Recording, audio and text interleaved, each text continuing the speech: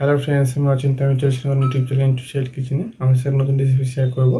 সেটা হচ্ছে কুমড়োর চপ বানিয়ে দেখাবো। সেটা বানাতে কী কী উপকরণের আসুন দেখাই। তার আগে একটা কথা বলে দিই, আমার চ্যানেলে যেসব ভিডিও ছাড়া আছে, আমরা যদি ভালো লেগে থাকে অবশ্যই লাইক, কমেন্ট ও শেয়ার করবেন। বিশেষ করে শেয়ার করবেন। যদি আমার চ্যানেল আমি নতুন হয়ে থাকেন তাহলে প্লিজ সাবস্ক্রাইব করে দেবেন। যে বেল নোটিফিকেশানটা আলো করে দেবেন যাতে আমার ভিডিও আমার কাছে আগে পৌঁছে। তাই চলুন কুমড়োর চপ বানাতে কী কী উপকরণের আসুন দেখাই।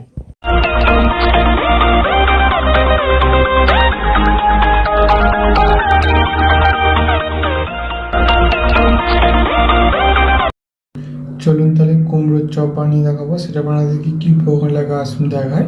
তার আগে একটা কথা বলে দিই, ভিডিওটা প্রথম থেকে শেষ অবধি দেখার অনুরোধ রইল। তার জন্য রেসিপিটা শুরু করি। এখানে দেখুন কুমড়োটা আমি ছোটো ছোটো করে কেটে নিয়েছি পিস পিস করে। তার জন্য রেসিপিটা শুরু করি। এর মধ্যে আমি দিয়ে দেবো লবণ, হলুদ গুঁড়ো। কুমড়োটা ভালো করে মেখে নেবো আগে। কুমড়োটা ভালো করে মেখে নিয়েছি। বেসনটা ভালো করে গুঁড়ে নেওয়ার মধ্যে আমি কালো জিরে দিয়ে দিচ্ছি আগে থেকে। বেসনের মধ্যে দেবো লবণ, এবার দিয়ে দেবো খাওয়ার সোডা, দেবো হলুদ গুঁড়ো, লঙ্কার গুঁড়ো, জিরে গুঁড়ো।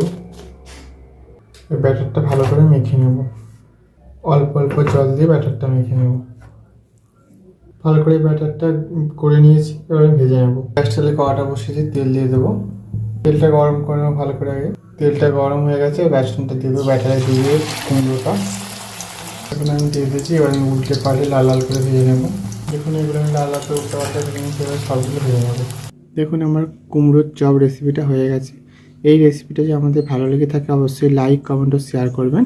বেশি বেশি করে শেয়ার করবেন আর প্লিজ সাবস্ক্রাইব করে আমাদের পাশে থাকবেন। চলুন তা দেখাচ্ছি নেক্সট ভিডিওতে। এরকম নিত্য নতুন ভিডিও পাওয়ার জন্য আমাদের চ্যানেলটাকে অবশ্যই সাবস্ক্রাইব করে আমাদের পাশে থাকবেন।